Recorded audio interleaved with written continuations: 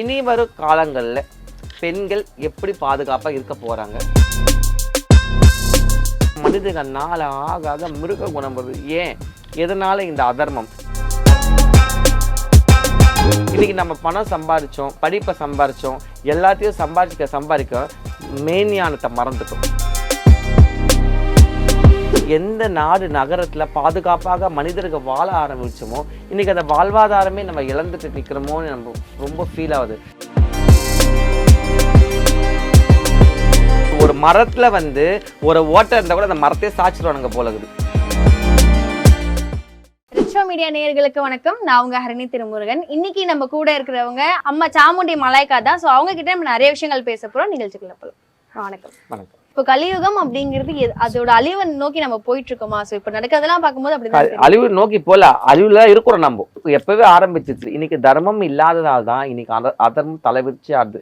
எத்தனை உயிரினங்கள் எப்படி சாவுது, எவ்வளவு ஜீவராசிகள் அழியுது. அப்படியே கொத்து குத்தா மக்கள் எல்லாம் சாவுறாங்க. இதோ இப்போ கூட சமீபத்துல அந்த ஒரு பொண்ணு கல்கத்தால எவ்வளோ ஒரு கஷ்டம் தெரியுமாம்மா. அப்படியே கண்ணுல இருந்து ரத்த கண்ணீர் வருது. கொஞ்சம் யோசிச்சு பாரு, எந்த இடத்துல உனக்கு பாதுகாப்பு இருக்கோ அந்த இடத்துலயும் இன்னைக்கு உனக்கு உயிர் போயிருக்கு.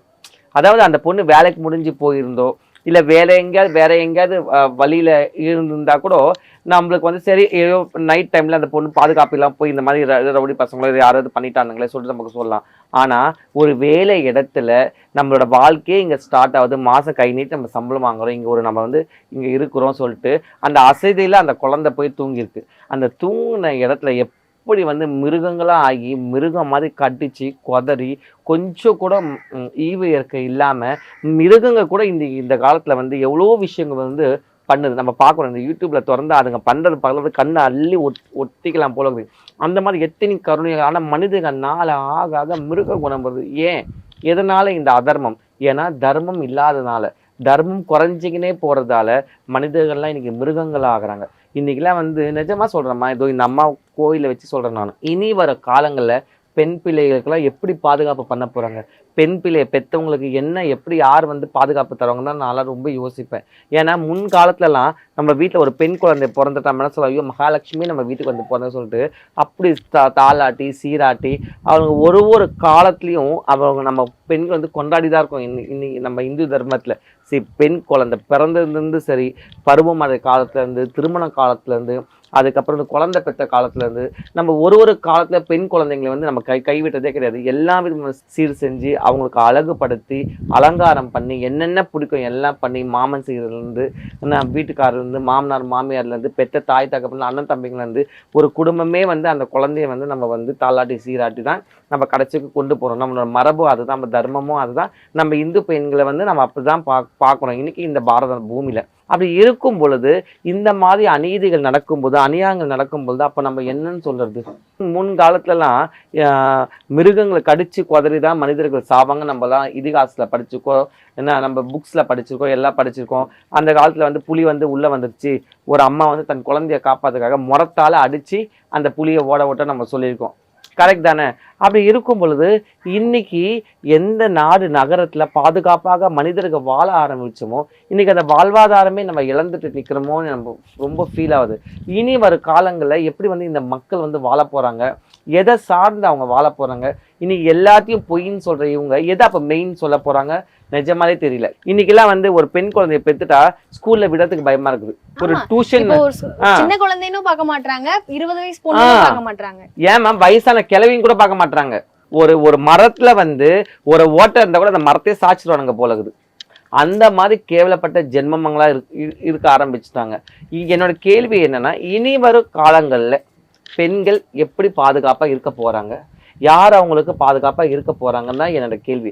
ஏன்னு கேள, முன்னாடிலாம் ஒரு விஷயம் தவறு வெளியே எங்கேயோ தவறு நடக்கும், ஏதாவது 1-2 கேட்போம். இன்னைக்கு சுத்தியே நடக்குது. சொன்னப்பார், சுத்தியே தான் நடக்குது, வெளியவே கிடையாது, வீட்டுக்குள்ளேயே நடக்குது. பெத்த தாய் தகப்பனே பொண்ணு கூட மிஸ்யூஸ் பண்ணி இப்போ சமீபத்தில் கூட யூடியூப் என்ன அண்ணன் தம்பிங்க அப்படி யாரால போற்றப்பட்டு யாரால பாதுகாப்பப்பட்ட உறவுகளே இன்னைக்கு அவங்களோட சிரசையோ துண்டிக்கிற நிலைமைக்கு வந்துட்டா இனி வரும் காலங்களை எப்படி இருக்க போறோம் சொல்ல பார்ப்போம். எதை நோக்கி நம்ம பயணிக்கிறோம்? அதர்மத்தை நோக்கி பயணிக்கிறோம், அழிவை நோக்கி பயணிக்கிறோம். அப்போ உலகம் எப்படி சுழற்சியில நிற்கும்? அழிவின் பாதையில் தான் நம்ம போவோம். கரெக்ட் தானே? அதாவது எதெல்லாம் நம்ம இந்த காதால கேட்கக்கூடாதோ, எதெல்லாம் இந்த கண்ணால நம்ம பார்க்கக்கூடாதோ, அதெல்லாம் கேட்கிறோம், அதெல்லாம் பார்க்கணும். என்ன சகிக்க முடியல. புரியுதா உங்களுக்கு? அதாவது இப்பெல்லாம் வந்து எந்த ஒரு பெண்களையுமே சரி, யாருமே சரி, ஒரு 5 நிமிஷம் நம்பி யாரையும் விட்டுட்டு போக முடியல.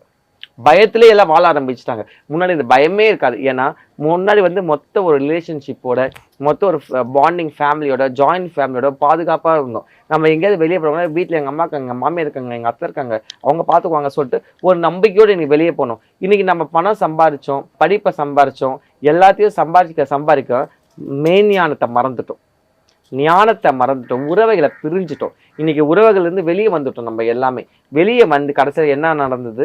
எல்லாமே நாசமாக தான் போச்சு. எல்லாமே இன்னைக்கு கெட்டு சீரழிஞ்சு நாசமாக தான் போச்சு. ஏதாவது ஒரு விஷயத்தை நம்மளுக்கு உருப்படியாக காட்டுங்க பார்ப்போம். சாப்பாடு குட்டுறோம், வாழ்வு குட்டுறோம், லவ் பண்ணுறாங்க, வேற ஒருத்தர் கல்யாணம் பண்ணுறாங்க, வேற ஒருத்தனை கூட்டிட்டு ஓடிடுறாங்க. இதில் எது நீங்கள் உண்மையாக இருக்கீங்க? எல்லாத்தையும் தவறு தவறு தவறு தவறு, எல்லாமே தவறு. கடைசியில் எதெல்லாம் நம்ம நம்பணுமோ அதையே கடைசியில் தவறுன்னு சொல்கிறீங்க. அப்போ எதை தான் உங்களோட கன்க்ளூஷனில் மெயினானம் மெய் எது? அப்போ எல்லாமே உலகமே போயின்னா அப்போ மெய் எது? கரெக்டாக நான் கேட்குற கேள்வி. அப்போது இன்னும் இருக்கிற இந்த இந்து தர்மமும் சரி, இந்த ஞானத்தின் பூஜையும் சரி, இந்த தெய்வத்தின் வழிகாட்டிலும் இன்னும் கொஞ்ச நாள் தான் இருக்கும் பொழுது, அதுக்கப்புறமா அவ்வளோதான், பூமியை 2ஆக பிளந்து உள்ளே போயிடும் போலகுது. புராண காலத்துலையும் என்ன நம்ம வேதத்துலையும் நம்ம படிச்சிருக்கோம். புரியுதா? அசுரர்கள் தான் வேலை இந்த மாதிரி அநியாயக்கரம் பண்ணி பூமாதேவியால் அந்த பாரத்தை தாங்க முடியாத பிரம்மலோகத்தில் போய் நின்று அழுதலாம். என்னால் இந்த பாவத்தை, ஏன்னா அசுரர்கள் வந்து அந்த மாதிரி அநியாயம் பண்ணாங்க. இப்போ நம்ம பண்ணுறோம் பார்த்தீங்கன்னா, யாராரு இந்த ஆண்மகன் பண்ணுறாங்களே, கடிச்சு குதறி எல்லா பெண்களும் குழந்தைங்களும் குட்டிகளும் கூட பார்க்காம நஞ்சு பிஞ்சு சொல்ல பார்ப்போம், எல்லாத்தையும் கடிச்சு குதறி அப்படியே ரத்தத்தை குடிக்கிறாங்க பாரு. அந்த மாதிரி அசுரர்கள் தான் அந்த காலத்தை பண்ணலாங்களாம். ஆனால் இன்னைக்கு மனிதர்கள் அசுரர்களாகிட்டாங்க. மிருகங்கள் காப்பாற்றுதுமா? இந்த வயநாட்டில் பாருங்க, 2 யானை 3 யானை வந்து ஒரு ஆயாவும் பேத்தியும் அழகாக வந்து காப்பாற்றி நைட்டெல்லாம் இருந்து காலை போச்சு. அப்போ நம்ம என்னென்னமா சொல்றது? இப்போ மனிதர் எது மிருகம் எது அப்படிங்கிற மிருகங்கள் எல்லாமே மனிதர்கள் ஆகிடுச்சு. மனித குணம் வந்துச்சு, மனிதனுக்கு எல்லாமே மிருகம் குணம் வந்துச்சு. அதுதான் உண்மையும் கூட. இன்னைக்கு நம்ம விட்டு கொடுப்ப மனப்பான்மை கிடையாது, மனிதாபமானம் கிடையாது, கொடுக்கணும் சொல்லிட்டு அந்த எண்ணம் கிடையாது. எப்படி பறிக்கணும், அவன் நல்லா அவன் நாசமாக போயிடணும், இவனுக்கு செய்வன் வைக்கலாமா, இவனுக்கு செய்வன் வைக்கலாமா, இவனை சாவடிக்கலாமா, அந்த மாதிரி மரணம் தான் மரணம், அவன் சாவணும் சாவணும் சாவணும். அந்த வெறி எங்கேருந்து வருதுன்னு எனக்கு தெரியல. அப்போ முழு ஃபண்டமெண்டலே எல்லாமே ராங்காக இருக்குது. முன்னாடிலாம் ஒரு தவறு பண்ணா சரி பரவாயில்ல விடுப்பா, ஏதோ தவறு பண்ணிட்டான் போ மன்னிச்சு விட்டுற சொல்லிட்டு நம்ம போற அந்த ஜென்ரேஷன் மாதிரி, ஏன்னா என்னை முறைச்சல கத்தியில குத்துறா, அந்த மாதிரி வெறி கொண்டு ஆகிட்டுமே எல்லாருமே. கரெக்ட் தானே? இன்னைக்கு கொலை பண்றாங்க, எதுக்கு கொலை பண்றாங்க தெரியலையே. ஏதாவது ஒரு வேலிட் ரீசன் சொல்லுங்க பார்ப்போம். கேட்டா கஞ்சா அடிக்கிறாங்க, குடிக்கிறாங்க, மாத்திரை போடுறாங்க, என்னென்னவோ சொல்றாங்கம்மா. பயமா இருக்குது வெளியே வர்றதுக்கே. வெளியே போயிட்டு வரதுக்குள்ள யாராவது சும்மா நம்மள ஒரு 2 நிமிஷம் பின்னாடி ஃபாலோ பண்ணுவாங்க, அப்படியே ஈர குறை நடக்கும், ஐயோ யாரும் என்னன்னு தெளிப்பினே வரலான்னு சொல்லிட்டு அந்த அளவுக்கு இந்த பயத்தோட மக்கள் வாழ ஆரம்பிச்சு. இனி வரும் காலங்கள் அப்படிதான், பயம்தான், பயத்தோட. அதாவது நம்ம எதெல்லாம் வேணாம் வேணாம் வேணாம்னு நினைச்சோமோ அதெல்லாம் இன்னைக்கு விஸ்வரூபம் எடுத்து நம்ம அதர்மத்தோட நின்று தர்மத்துக்கும் அதர்மமா சொல்லிட்டு இப்ப நிக்குது. புரியுதா? ஆனா தர்மம் என்னைக்குமே தான் ஜெயிக்கும். ஆனா அதுக்கு நம்ம வழிவிடணுமே, அதுக்கு நம்ம இணைஞ்சு போகணுமே. கிடையாது. நம்ம தான் எல்லாம் இப்படி நம்ம பிடிக்கிற முயலுக்கு 3 கால்னா 3 கால் தலையாட்டுறோமே, நம்ம பிடிச்ச முயலுக்கு 5 கால்னா 5 கால் தலையாட்டுறோம். அப்படி எப்படி